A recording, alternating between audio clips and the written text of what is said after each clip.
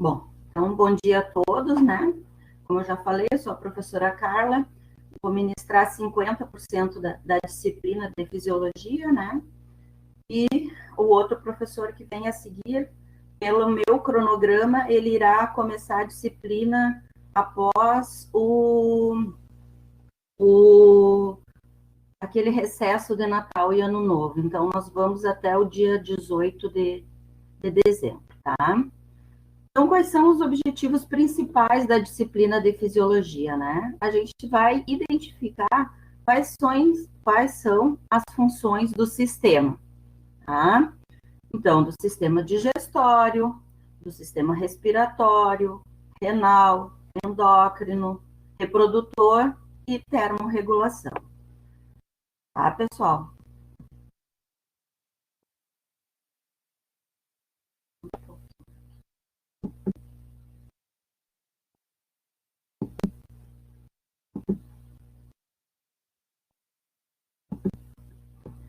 Então, como é que vão ser as nossas aulas? As nossas aulas, inicialmente, né, elas vão ser pelo sistema Moodle, né, vão ser aulas expositivas.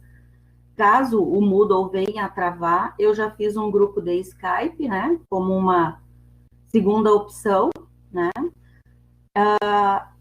Nós teremos também aula prática. Como que funciona essa aula prática? Essa aula prática, quando era presencial, nós tínhamos o laboratório lá, onde tem os computadores, e tem um programa PhysioX, né? Através desse programa, vocês vão poder ver, por exemplo, no sistema digestório. Vocês vão ter vários tubinhos, nesses tubinhos, por exemplo, coloca o alimento, aí coloca um substrato, aquece, resfria, e aí, conforme o sistema ali, esse PhysioX vai pedindo, vai fazendo, e daí vocês conseguem ver um resultado. O que que houve? Por exemplo, a proteína foi digerida, não foi digerida, o que que aconteceu, né? Amilase, essas enzimas. Como vocês não têm o PhysioX, então essa aula a gente gravou, a gente fez uma parceria entre os professores e a gente gravou ela no Bandicam, né, que é um programinha, só que o problema desse programa é que a gente pode fazer gravações de apenas 10 minutos. Então, nos dias de aula prática, provavelmente eu vou colocar o link, vocês vão assistir essas aulas práticas e depois tem umas questões para responder, tá? Caso vocês tenham alguma dúvida, vocês podem me perguntar, tá? Então, ali nessa aula prática, em vez de vocês fazerem no computador, se fosse lá na universidade, tem uma filmagem, né, onde aparece a tela desse PhysioX e o professor explicando direitinho o que, que vai ser feito. Aí, após isso, vocês chegam a uma conclusão, né, do que aconteceu e vocês me respondem, tá? As nossas avaliações, eu não vou fazer prova, não vou fazer atividades de provas, né, que nem muitos professores estão fazendo. O que eu faço? Eu faço relatório. O que são esses relatórios? Esses relatórios são questões, tá? Então, eu vou iniciar o sistema digestório hoje, na sexta-feira eu vou continuar. Se na sexta-feira eu achar que tem alguma questão que seja interessante já para vocês responderem, eu envio o questionário para vocês via Moodle, via e-mail, via o grupo do WhatsApp, e daí eu dou um prazo, normalmente de 15 dias, 10 dias, né, para vocês me responderem. Desculpa. São 1, 2, 3, 4 questões discursivas que vocês vão me responder e vocês vão procurar na internet, com o que vocês entenderam da aula, com o material que eu envio para vocês, vocês têm perfeitas condições de responder essas questões, tá? E também nós vamos ter o grupo de seminário que posteriormente eu vou explicar direitinho para vocês. Tá? Então, aqui, ó. Como é que vai ser a nossa avaliação? Então, vai ser, né, a partir da nota desses relatórios. Ah, quantos relatórios vão ser? Não sei. Pode ser 4, 5, 6, depende o andamento da disciplina e conforme eu consigo ver, eu vejo a necessidade das questões. Tá, pessoal? Então, as notas do relatório e o seminário. tá? Então, a primeira nota, que é a minha nota, né, é a média desses relatórios, né, mais a nota do seminário, tá? A segunda avaliação é a parte do professor Valério, que daí eu não sei como ele vai fazer, e a nota final, então, a minha nota mais a nota do professor Valério, tá? Dividido por 2. Esses seminários, como é que vão ser esses seminários? Os seminários vão ser em grupo de 4 a 5 alunos. Se fosse em época presencial, vocês iriam me apresentar. Como nós estamos em pandemia, né? E por grupo, mesmo que seja pelo Skype, a gente não teve um bom resultado. Então, como que eu vou fazer? Inicialmente, até o dia 18 de novembro, vocês vão me enviar, né, o nome dos integrantes do grupo, que vão ser de 4 a 5, né, com o tema escolhido, tá? Quais são os temas, ó, para vocês verem. Os temas são fisiologia e digestão de ruminantes, equinos, coelhos, suínos, aves, peixes e carnívoros, que entra principalmente cães e gatos, tá? O que eu quero nesse seminário? O principal é a fisiologia da digestão e absorção, tá? Com ênfase na parte de processos fermentativo, a digestão e absorção. Então, vocês não precisam, esse trabalho escrito não precisa ter 50 folhas, pessoal, tá? Não é a quantidade, não é a quantidade que importa, e sim o material, né, a parte que realmente necessita, que seria os processos fermentativos, a digestão e a absorção, tá? Claro que todo o trabalho tu não pode entrar.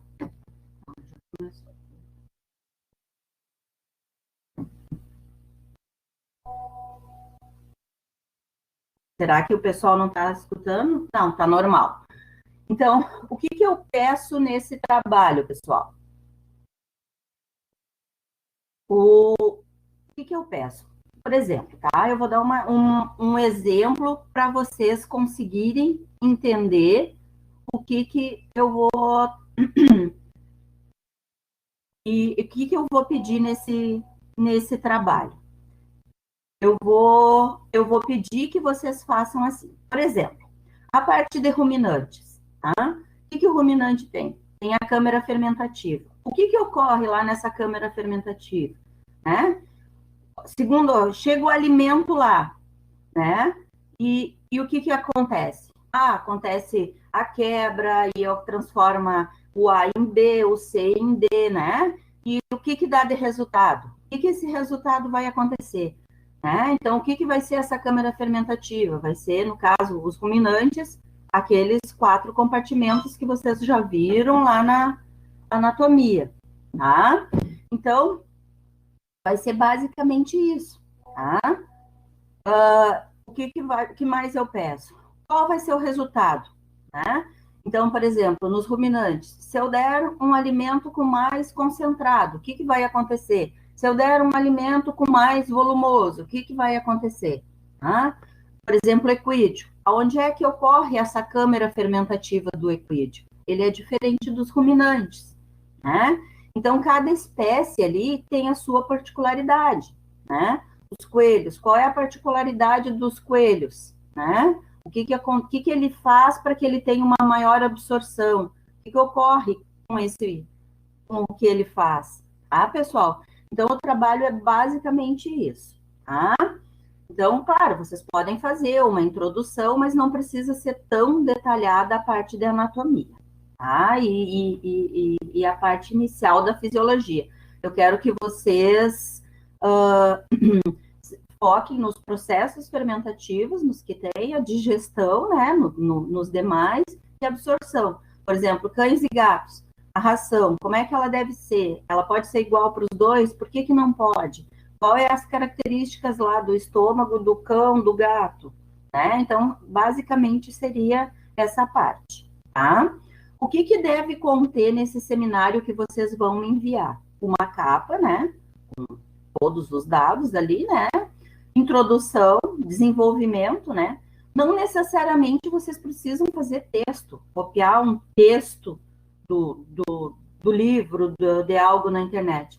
Se vocês, através de algum gráfico, esquema, figura, vocês conseguirem me explicar o que eu estou pedindo, não precisa fazer um documento de 5, 6 folhas, tá, pessoal? A referência bibliográfica, né, que vocês vão usar, e esse trabalho, ele deve ser enviado por e-mail para mim, tá? Até no máximo dia 20 de janeiro de 2001, tá, pessoal? Então, eu dei um prazo bem longo, mas eu vou dar um conselho. Quanto antes vocês conseguirem se organizar e montar, eu acho que é um trabalho que vocês vão ter a menos, tá, pessoal? E também, durante o semestre mesmo, depois que eu já não vou estar mais dando aula, se vocês tiverem alguma dúvida, é só entrar em contato. Ah, professora, a gente achou isso aqui, é bem assim, ou a gente não entendeu isso aqui direito para colocar no trabalho, a senhora poderia me dar uma explicação? Eu ajudo vocês sem problema, tá? Depois que eu tiver recebido todos os trabalhos, eu vou pegar e vou colocar esses trabalhos, eu vou mandar por e-mail os demais colegas, tá, pessoal? É mostrado para vocês, né? E aqui eu fiz um breve programa da disciplina.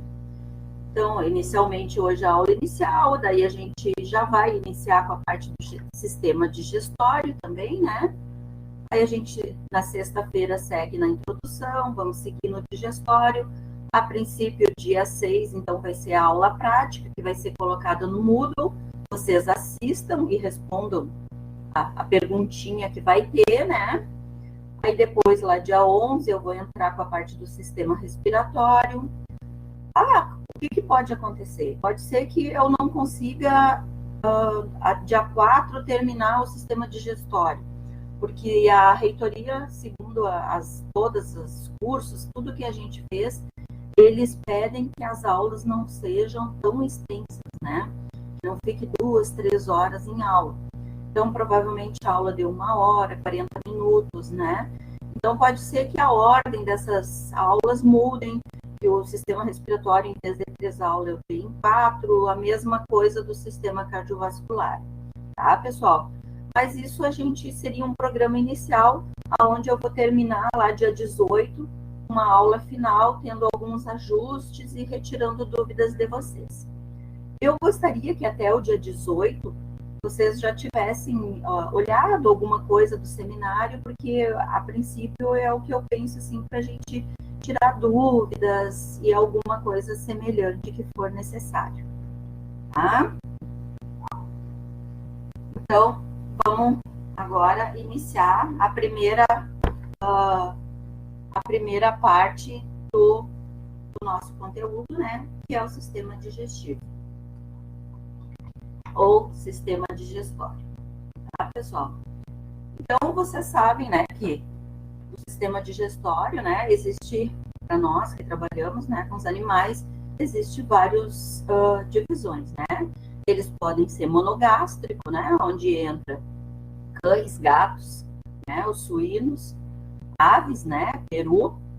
Eles podem ser ruminantes, né, que daí entra ali os bovinos, caprinos, né, os bufalinos, ovinos e alces, né, bovino de corte, bovino de leite, né, entra todos os bovinos, entra no ruminante. E a gente chama também dos fermentadores pós-gástricos, que daí entra os equídeos, os coelhos e as emas, né, que hoje em dia já não tem mais tanto estudo com emas, que teve uma época assim que ela parecia ser uma criação muito promissora. Para nós aqui na região sul não foi uma criação que deu muito certo, tá? Então, o que é o sistema digestório, né? O que ele é? Então, ele é formado, né? Ele é um tubulon musculoso, o qual está associado, né, por órgãos e glândulas que participam da digestão, tá? Então, ele possui boca, esôfago, estômago, o intestino, né? Duodeno, jejum e ilho, né? E o intestino grosso e ânus. Essas partes, eu acredito que vocês tenham visto tudo na parte da anatomia, tá? E também possui os anexos. O que seriam esses anexos? Os anexos são as glândulas, né? Seria a glândula salivar, pâncreas, fígado, vesícula biliar, que possuem, essas glândulas, o que elas possuem? A função secretora, tá? Então, aqui tem uma imagem, né, onde a gente pode ver, né, uma ave, né, então lá o bico faz parte já, né, o papo, proventrículo, moela, né, pâncreas, cloaca, intestino, fígado, esôfago. Então, a gente vai estudar as características de cada um, né. Aí aqui o cão, ó, o esôfago, né, o estômago, o intestino, pâncreas, o intestino delgado, grosso, né, e ânus, tá, pessoal? Então, o que seria? A gente inicia a parte do sistema digestivo ou digestório pela boca. Então, o que seria a boca? A boca seria a entrada dos alimentos. Seria a primeira parte, né? Que a gente pode considerar do sistema digestório. O fenômeno mecânico da digestão que ocorre é a mastigação, né? Essa mastigação é a quebra do alimento, né? E o primeiro fenômeno químico que ocorre da digestão seria a salivação. Então, no momento que o alimento entra na boca e a gente começa a mastigar, a gente já começa a dizer e já começa a ocorrer a digestão, né? Tanto pela quebra desse alimento, pelo fenômeno mecânico, quanto pelo químico através da salivação, tá? E qual a função dos dentes, né? Eles reduzem o alimento em pequenos pedaços, que eles vão ser misturados, né, na saliva, para quê? Para facilitar a ação das enzimas, né? Ou seja, a quebra desse alimento para que as enzimas possam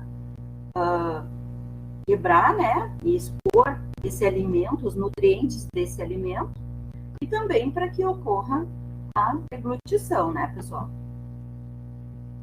Então, aqui os dentes, né? Então, a importância da qualidade dos dentes, né? Muitas vezes, principalmente em cães, as pessoas reclamam, meu cachorrinho não come direito. Então, a parte de dentes também, apesar de ser uma parte clínica, né? Não está diretamente ligada à zootecnia, mas muitas vezes tu trabalha com uma ração e aí diz, mas o meu cachorrinho não come. Mas o que está acontecendo? Os dentes é uma parte muito importante, assim como nas outras criações também, né? Tanto em ovinos quanto em bovinos, suínos, né? Então, os dentes são muito importantes. Tá? Então, para que os dentes servem? Eles servem, né, para apreensão ou preensão dos alimentos, né? E para que ele quebre esse alimento em pequenas partículas. Isso aqui vocês devem ter visto também lá em anatomia, né? Tem os incisivos, caninos, né? Molares. Isso, cada espécie tem a sua característica particular. Tá? Então, o processo de digestão inicia com a introdução do alimento, né, na cavidade oral, que a gente chama da apreensão ou preensão dos alimentos, e varia de acordo com a espécie animal. Nos bovinos, né, a língua é longa, móvel, e é o principal órgão de apreensão, né? Então, os bovinos, eles enrolam a forragem, né, na língua, e com o movimento da cabeça para trás, eles arrancam essa forragem e introduzem o alimento na cavidade oral, né? Em seguida, essa forragem é cortada pela compreensão dos incisivos inferiores, quanto o palato duro superior, né? Vocês devem ter visto lá na anatomia, quem não viu, praticamente todo mundo já deve conhecer a boca de um bovino, né? Sabe que a parte superior ele não tem dentes, ele possui o palato duro, né? Então, aqui a gente pode ver ali, ó, a parte do palato, né? A língua, que ela é comprida, né? Então, ali a gente pode, na outra imagem, ver o bovino pastando, né? Então, ele prende na língua e, através do movimento da cabeça, ele faz o corte dessa forragem, tá? Então, essa mastigação inicial, ela tem como função para quê? Conferir o tamanho adequado, né? E a quebra já dessa forragem, né? Já começar a expor esse alimento para posterior deglutição, né, gente? É que nem nós humanos, a gente precisa mastigar para poder digerir, né, o alimento.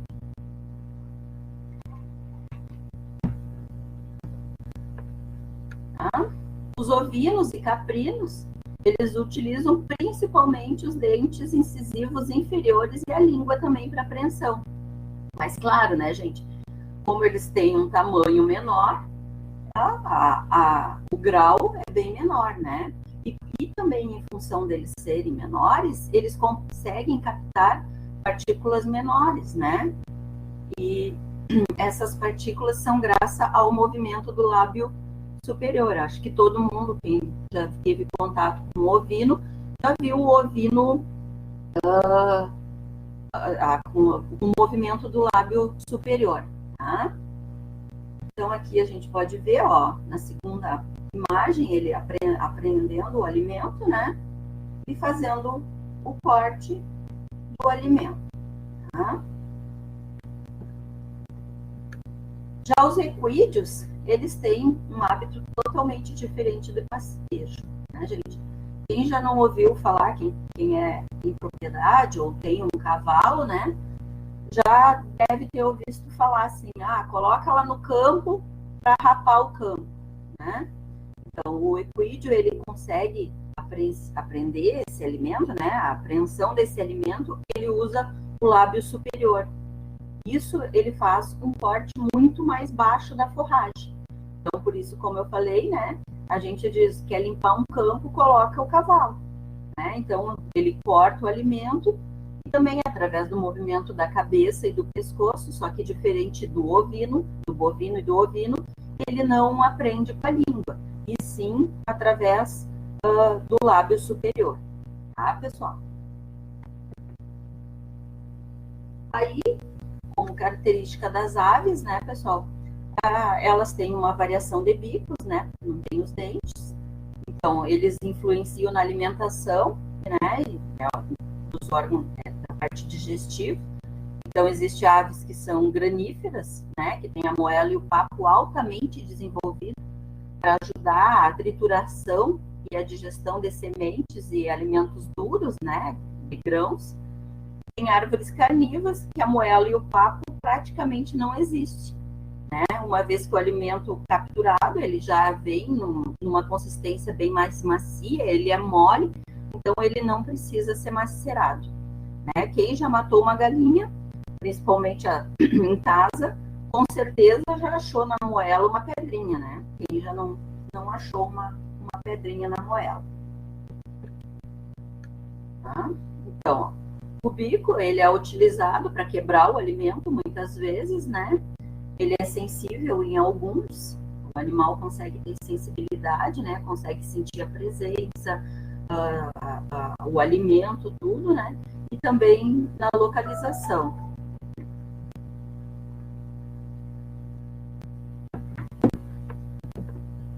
Tá? A distinção do sistema digestório das aves dos demais, que a gente estudou ali nos suínos, ovinos, né, e nos equídeos, é que as aves não possuem dente, e sim uma variedade, né, de adaptações de bico para os alimentos, né, e elas possuem só 24 papilas gustativas, tá? Isso seria com relação ao alimento sólido, né, pessoal? Ao pasto, ao concentrado, como que o animal ingere. E o líquido, uma característica dos ruminantes, eles colocam apenas a porção média da fenda labial sobre o líquido. A gente pode ver aqui nessa imagem, onde tem os dois bovinos, ó, você pode ver que eles colocam somente a fenda, ó.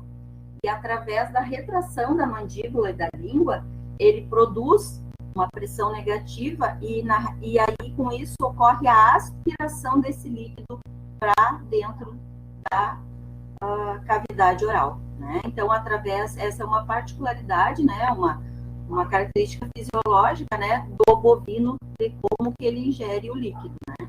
Através de uma pressão negativa, ele faz uma aspiração desse líquido para dentro da cavidade oral. Claro, né, pessoal? Como todo animal, muitas vezes ele precisa fazer uma adaptação, né? Para poder tomar a água, né? Ingerir a água. Então, essa é na primeira imagem ali, né? A gente pode ver um bovino com a língua para fora, tomando uma água do poço, né, pessoal? Isso é uma característica no Nordeste, em locais onde a seca ou o animal não tem uma oferta de água. Ele acaba adaptando, ele conseguiu aprender, né? Tem um videozinho no YouTube, se vocês quiserem eu posso até mandar depois para vocês. A vaca bate nessa manivela, fazendo com que a água saia e ela coloque a língua para tomar. Então, isso nada mais é do que uma adaptação fisiológica da necessidade do animal em conseguir a água, né? E os gatos, né, e os cães, de uma forma bem diferente, eles são bem características bem diferentes. Enquanto o cão, eles formam em forma de concha a língua, os gatos usam somente a ponta, né? Quem tem gatinho pode ver, né? A água do gato, ela tem que estar sempre muito limpa, porque ele não toma água suja, diferente do cachorro, que se encontrar uma pocinha é capaz de tomar, né? E o cachorro faz uma poça, enquanto o gato, ele usa somente a pontinha da língua.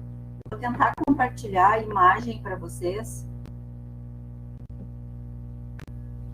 para ver se vocês conseguem visualizar. Não sei se o Moodle vai mostrar.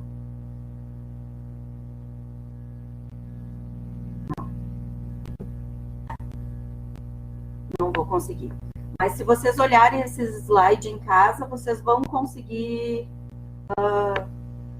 visualizar a imagem, né? O cão formando a concha, né? E o gato somente a pontinha da língua tomando a água, tá? Tem um aluno que está escrevendo alguma coisa.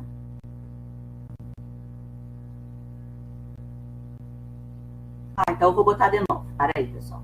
É que a minha aqui não apareceu. Compartilhar. Para mim não aparece, pessoal.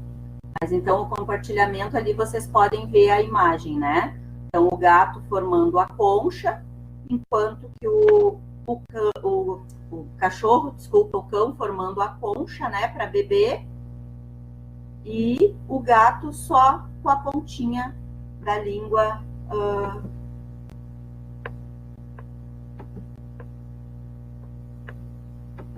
tomando a água, né? Ó, não sei se vocês estão conseguindo ver.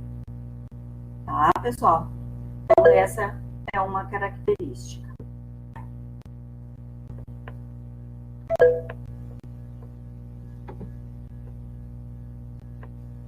Tá, pessoal? Uma característica da parte fisiológica, né? Então, são adaptações, são características fisiológicas do animal. E as aves? As aves, então, diferente de todos, né? Por que os bebedouros, né? Os bebedouros das aves são no alto, nos aviários, né? Às vezes, a gente, quando está no início do curso, né? Tu chega lá e tu não tem noção de o porquê que o bebedouro está no início. Porque a ave, ela preenche, né? O bico dela com a água, né? E a partir dali ela ergue a cabeça e por gravidade a água entra, tá?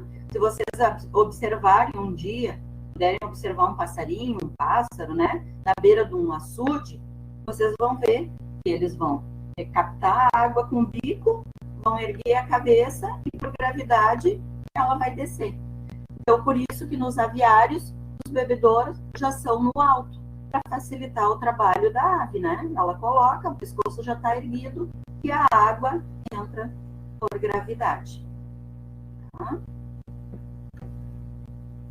Outros fatores, né? Então, como eu falei, né, gente?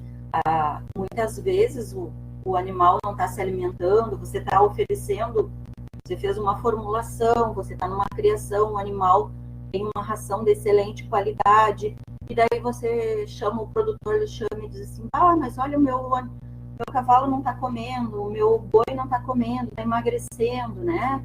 Meu cachorrinho está doente, não está aparecendo nada que ele esteja alguma coisa doente, mas parece que ele não consegue comer, acho que a comida não está boa, a ração não é boa. Aí tem outros fatores. Claro, seria uma parte de clínica, mas ninguém vai tratar, mas a gente precisa saber, né?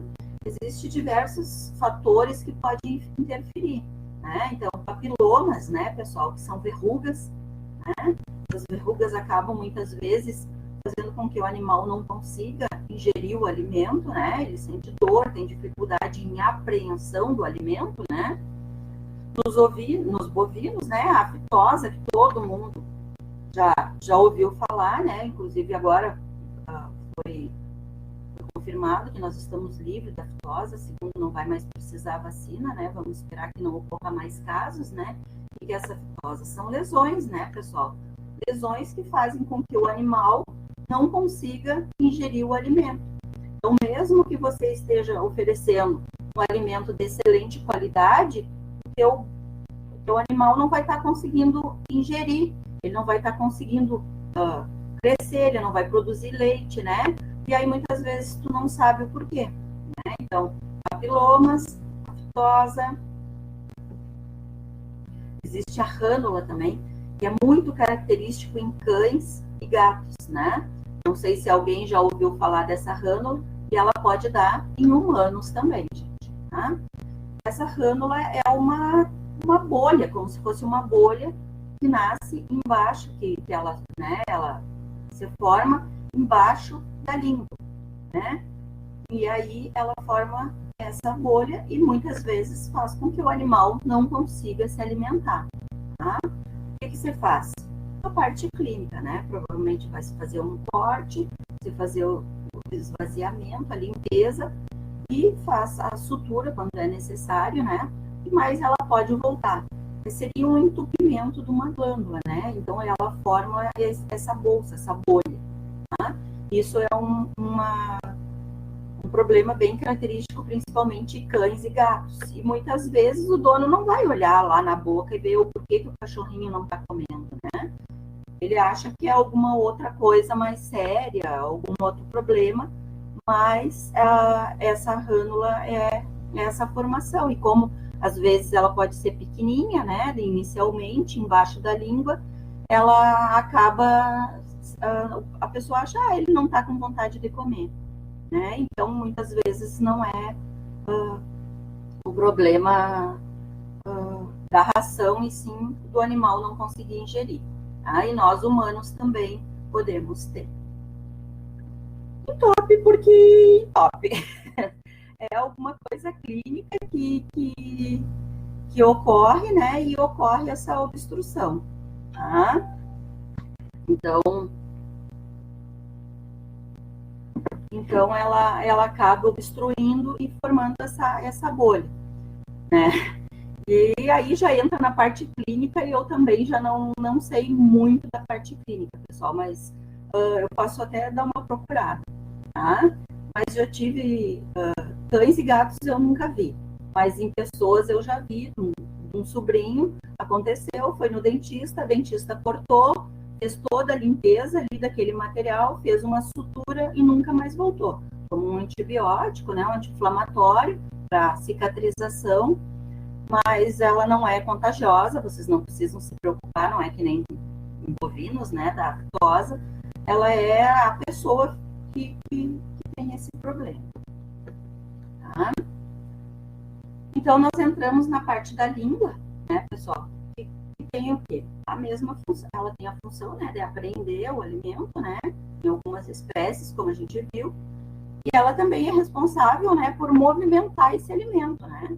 Quando a gente está mastigando, a língua está ali movimentando o alimento. E também de empurrar esse alimento para que ocorra a deglutição, né? Em direção à glote, para ocorrer a deglutição. Tá? Então, dentro da nossa língua, ela tem as papilas gustativas, né? Que seriam os receptores, né? Que fazem com que a gente sinta o sabor do alimento. Vocês devem ter visto isso lá no primeiro, segundo grau, né? Inicialmente, já não é nada tão novo, né? Então, a gente sabe lá que na língua, né? A gente tem diversas, né? Tem alguns, as aves são 24, né? Os humanos em torno de 9.000 papilas gustativas, que elas servem para receber, então, e perceber o sabor, né? A parte sensorial do alimento, né? Então, ela está distribuída em toda a língua, né? Então, ó, o amargo, mais no fundo, né? O ácido e o azedo na lateral, né? Esse ácido azedo a gente considera quando a gente come aquelas balinhas, as jujubas, né? Ácidas, tu nota que no momento que ela chega numa porção da língua, tu produz muito mais saliva, né? Então, é uma resposta para esse ácido, esse azedo, né? O salgado, o doce e o umami, né? Então, da combinação de todos esses, dessas papilas, né? Desses sabores que a gente recebe, é que resulta o gosto do alimento, né? O sabor do alimento, tá, pessoal? E para que servem essas papilas, principalmente nos animais, né? E para a gente também, né, pessoal, para os humanos, para identificação de um alimento estragado. Muitas vezes tu vai comer, por exemplo, um iogurte. O iogurte ficou muito tempo na geladeira, ou tomar um leite. Quando tu bota o leite na boca, assim, tu sente aquele gosto azedo, o leite está estragado. Então, tu não vai tomar. Aquele leite pode vir a causar uma infecção, uma diarreia. Então, a gente automaticamente, cospe fora. E a mesma coisa os animais, né? Para, por exemplo, os bezerros, para vocês terem uma noção, ele tem em torno, né, o bovino, ele tem em torno de 25.000 papilas gustativas. Então, para quê? Para identificar, ele está no campo e ele está pastando. Não tem uma plantinha lá dizendo para ele, eu sou tóxica, tu não vai me comer. Quando vê, ele já ingeriu. Então, ele tem essa sensibilidade de conseguir sentir que a planta é tóxica, né? Os suínos tem em torno de 15.000, os frangos só 24 e nós 9.000, né? Então, serve para reconhecimento e o sabor, né? A gente conseguir identificar se esse alimento ele é bom, se ele pode ser ingerido ou se é um alimento estragado, né? Um alimento que vai causar algum dano para a gente, tá? Então, esse sentido da gustação, né? Ele faz com que a gente consiga reconhecer todos esses sabores no momento que fica na nossa língua, né? E aí faz o quê? Envia a mensagem lá para o cérebro. A gente sentiu o gosto, é bom, né? É gostoso. Não, tá ruim. Tá ruim, eu não vou comer, né? E esse paladar, ele começa a ser desenvolvido logo após o nascimento, né, pessoal? Então, quando nasce, a gente não tem esse paladar desenvolvido, tá? Por isso que a gente diz, recém-nascido não precisa, agora falando de humanos, né? Vocês que futuramente vão ser papais e mamães, vamos chamar a atenção para o açúcar, né? Recém-nascido que não consegue mamar no peito, porque às vezes as pessoas não conseguem amamentar, não precisa de açúcar na mamadeira. Ele não reconhece o açúcar, né? O açúcar é nós que colocamos na vida da criança, tá? Então, todo mundo diz, não, bota uma açucrinha que ele toma. Claro que ele vai tomar, porque vai reconhecer e ele vai passar. O açúcar é viciante, né, pessoal? Mas não é necessário, tá? E os cães, né, eles podem ser muito seletivos, né? Por isso que as rações, tanto de cães quanto de gato, elas possuem muito palatabilizante, elas possuem muito, no caso, os gatos, os corantes, né? Justamente para quê? Para que elas consigam ser uma ração que chamem a atenção deles, né? Então, cães podem ser muito seletivos em relação a esse alimento, uma vez que quando o sabor ou a textura não for do seu agrado, eles não comem, né? O gato, se tu encher um pote e deixar lá, dificilmente no final da tarde ele vai comer aquela ração, né? Eu tenho uma gatinha aqui que se eu encher o pote, ela não come. Eu encho 5, 6 vezes por dia o potinho dela. Cada vez que ela me enxerga, ela mia, eu boto um pouquinho. Porque se eu encher o pote, no final da tarde ela não vai estar comendo e vai estar miando, querendo mais ração, tá? Por quê? Porque essa percepção gustativa, as papilas, né, elas envolvem, né, então elas precisam do estímulos químicos, ou seja, o cérebro mandar aquele estímulo dizendo, ó, esse alimento é bom, esse alimento é gostoso, tá?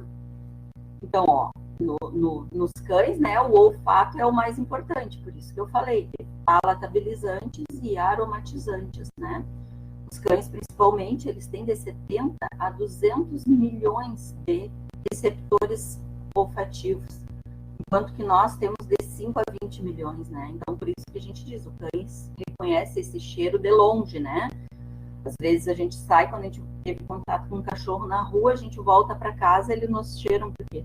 Porque eles sentiram o cheiro. É a mesma coisa com a ração. Se a ração não estiver cheirosa, ela não tiver numa consistência que seja do agrado deles, eles não vão comer, tá?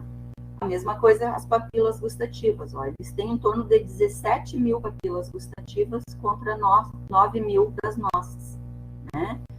E eles conseguem distinguir os 5 sabores, né? O amargo, o doce, o ácido, o salgado e o umami. O umami é um sabor que é do glutamato, né? Que é esses temperos que vem no miojo, nos salgadinhos, né? Foi um sabor que foi descoberto lá pelos japoneses, né, pessoal? Então, que a gente chama de um aminoácido, esse umami, que é o glutamato, tá? Então, uma curiosidade, né, pra gente...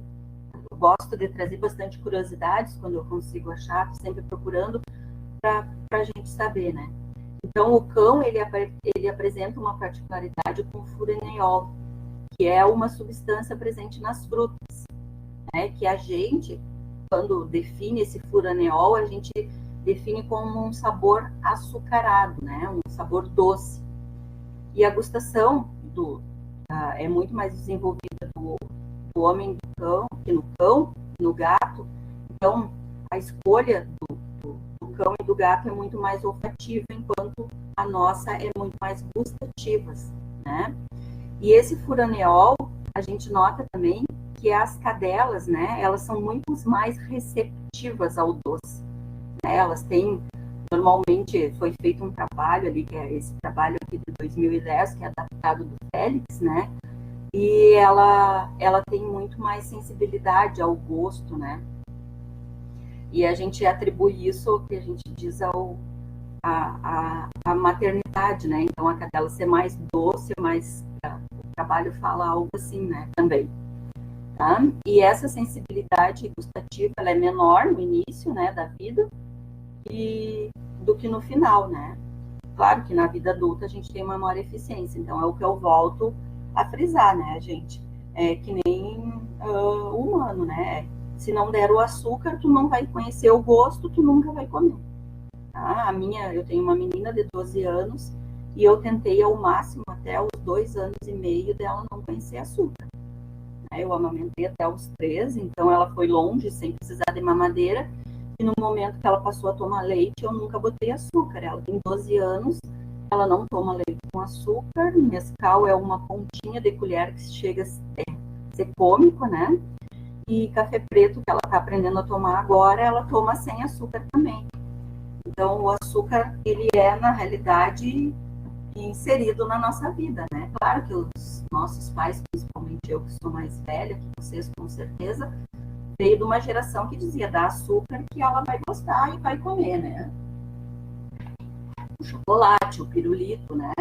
Então, e a mesma coisa os animais, né, pessoal? Então, por isso que um cão, por exemplo, quando tu compra um cachorrinho, se lá no início tu comprar ração, tu comprar aquele sachêzinho e acostumar ele a comer a ração com sachê, dificilmente na vida adulta ele vai comer a ração sem o sachê, porque ele acostumou aquele sachê, então tem uma quantidade maior ainda de palatabilizantes, de conservantes, para quê? Para estimular o gosto do animal. Até a gente, se tu tiver com fome e abrir um sachê daqueles, tu vai querer comer aquele sachê, né? Tá, pessoal? Então, essa foi a parte dos dentes, de toda a apreensão dos alimentos. E a saliva, né, que nem eu falei, que era o primeiro processo químico da digestão, né, ela serve, ela é formada, né, basicamente por água, muco e enzimas, tá? Essa água serve para quê? Para fluidificar o alimento, né, para conseguir que esse alimento consiga ser mastigado, né, e o muco proporciona a fluidificação também, amaciando também o alimento, fazendo com que isso ajude na deglutição, tá? A enzima que tem na saliva é a petialina ou amilase salivar. E a gente considera que é o início do processo de digestão dos carboidratos, tá, pessoal? Então, a amilase começa a digerir os carboidratos. Claro, pessoal, assim, uma quantidade muito pequena, porque o alimento ainda falta ser quebrado e ser exposto, precisa ser muito quebrado para ser exposto e ocorrer a absorção de carboidratos e tudo. Então, mas aquele primeiro início é na amilase salivar, tá? Onde ocorre o primeiro processo da digestão de carboidratos, tá? Então, essa secreção salivar, ela é controlada pelos núcleos salivatórios, né? São localizados lá no tronco cerebral. Acho que isso vocês viram em Fisiologia 1, tá? Então, alimentos de consistência homogênea, lisa e sabor agradável, estimulam a secreção salivar e, consequentemente, facilitam essa deglutição, tá? E então, essa saliva, né, que nem eu falei, são formadas por sais, né, águas, íons, bicarbonato e o muco, tá? A amilase salivar, ela digere o amido e outros polissacarídeos, como o glicogênio, e ela vai já reduzindo em moléculas de maltose de sacarídeos. Muito pequena a quantidade, mas já ocorre, tá, pessoal? E as 3 glândulas salivares, né, que lançam essa secreção na cavidade bucal são a parótida, a submandibular e a sublingual, tá? Lá na sublingual que geralmente ocorre esse entupimento e ocorre aquela rânula lá, pessoal, tá? Então, aqui a gente pode ver, né, uma imagem, isso aqui seria a parte da anatomia, mas só para vocês relembrarem, né, a parótida é a maior, situa na face lateral, abaixo, diante do pavilhão aqui da orelha, né? A submandibular, ela é arredondada aqui, ó, né? Submandibular, arredondada, do tamanho de uma noz, mais ou menos. E a sublingual, que fica atrás da mucosa do assoalho da boca, tá? Então, essas secreções, elas podem ser como serosas, né, que daí é um líquido aquoso e claro, e mucosa, que é um material viscoso e firme, né? Ela possui uma cobertura de proteção ao longo do trato digestório, ou seja, ela serve, né, para proteger esse alimento para que não ocorra uma lesão durante toda a parte do trato digestório, né? Ela forma um muco protegendo, tá? E a gente diz que é mista quando ela possui a serosa e a mucosa, tá? A maior parte das aves, elas possuem glândulas salivares somente secretora de muco, tá? Elas não possuem a serosa, que é do líquido aquoso e claro, tá? Ela possui a enzima, né, da amilase, que ela possui um pH neutro, né? Vocês já vão ver o porquê dessa amilase, né? Porque ela ajuda também. E a saliva aqui dos ruminantes, né, ela serve também para manter o ambiente fluido e como capacidade tamponante, ou seja, se vem uma parte de acidez que vai matar lá as bactérias do rumen, o que acontece? A saliva, por isso, ela possui bicarbonato para fazer essa capacidade tamponante. Esse bicarbonato consegue tamponar esse ácido, tá? Então, a secreção salivar ali que eu falei, né? A parótida, submandibulares e mandibulares. As parótidas, elas secretam principalmente as serosas. As submaxilares e sublinguais, serosas e mucosas, né? Facilitando a deglutição através da lubrificação. Esse volume é maior em herbívoros, né? E elas têm um potencial de evaporação e resfriamento também. Então, muitas vezes a gente coloca um alimento muito quente na boca, a gente fica mastigando, né, com a boca aberta para tentar não se queimar, mas a saliva está fazendo também esse resfriamento do alimento, tá? E a capacidade tamponante que eu falei ali do bicarbonato, né, pessoal? Para quê? Para que não ocorra a chegada de ácidos, né, e ocorra lesões. Tá? A enzima da amilase, ela é mais abundante em suínos, né? Ela tem mais no estômago proximal, ela tem praticamente uma ausência de mistura, ela não ocorre na mistura, né? Essa lipase lingual, ela tem em animais jovens e ela desaparece em animais adultos, né? Porque daí a gente já conseguiu formar todo o resto do trato digestório, porque quando a gente nasce, o trato digestório vai se formando conforme a gente vai amadurecendo, né, gente? Isso aí a gente vai ver posteriormente, por isso que muitas vezes a gente diz, né, o animal, ele ainda não está com toda a flora intestinal pronta, com o tempo que ele vai desenvolvendo, né? E a atividade antibacteriana da saliva, através de lisozimas, né, que fazem com que ocorra essa propriedade, né, antibacteriana. Tá? Aqui a gente pode ver uma imagem, né, da saliva, né, e ela é secretada pelos ácidos. Os ácidos seriam nada mais do que a parte inicial das glândulas, né? Então a gente pode ver aqui, ela é formada por células pavimentosas, né, que fazem toda a parte da secreção, tá? Que secretam a água, os eletrólitos, as enzimas, né? Tudo que a gente precisa para que esse alimento consiga percorrer o trato digestório até o nosso estômago sem causar nenhuma lesão. Porque se a gente, por exemplo, ingere um alimento muito a seco, por exemplo, o que vai acontecer? Aí, quando a gente engole, assim, ou se a gente engole uma partícula muito grande, a gente nota que dói, machuca, né, lesiona. Então, a saliva e o muco, eles servem para fluidificar, proteger toda a parte onde, né, no esôfago, para onde esse alimento vai descer e chegar até o estômago, tá? E essa regulação, né, pessoal, da saliva, né, da produção de saliva, ela vem da expectativa, né, de comer. Então, é uma resposta parasimpática, né? No momento que tu come, né, no caso, o animal, ele ouve o som, né, o tratador chamando, ou ele ouve o barulho do trator, ou ele enxerga, o trator enxerga, né, como se diz, o tratador, ele já tem aquela expectativa que ele vai comer e já começa a vir uma resposta que produz a saliva, né? É que nem nós, se tu tá com muita fome, por exemplo, que não tomou um café da manhã, e agora começa a sentir cheiro de um pãozinho assado, aquele pãozinho quentinho, gostoso, tu já começa a salivar, né? Então, essa regulação da produção de saliva já vem da expectativa de comer. Ou do animal, né, a gente vê o próprio alimento, né, no coxo, no campo, né, tu enxerga o alimento, tu dá vontade de comer e tu já começa a produzir, né, a maior quantidade de saliva, né. É que nem a gente diz o cachorrinho sentado na frente daquela máquina que assa a galinha, né, e aí o cachorrinho fica sentado ali olhando aquela galinha girando, ele já está com a expectativa de comer.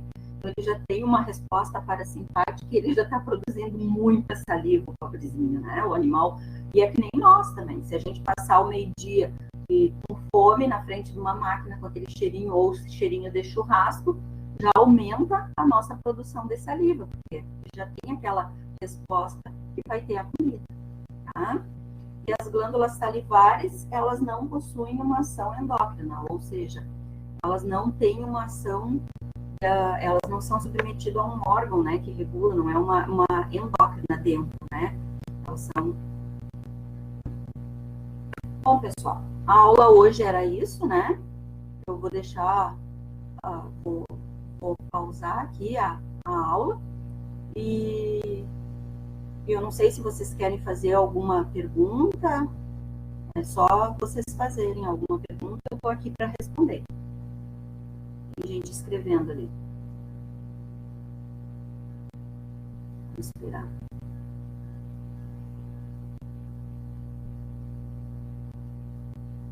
O pessoal está digitando, daí eu vou aguardar.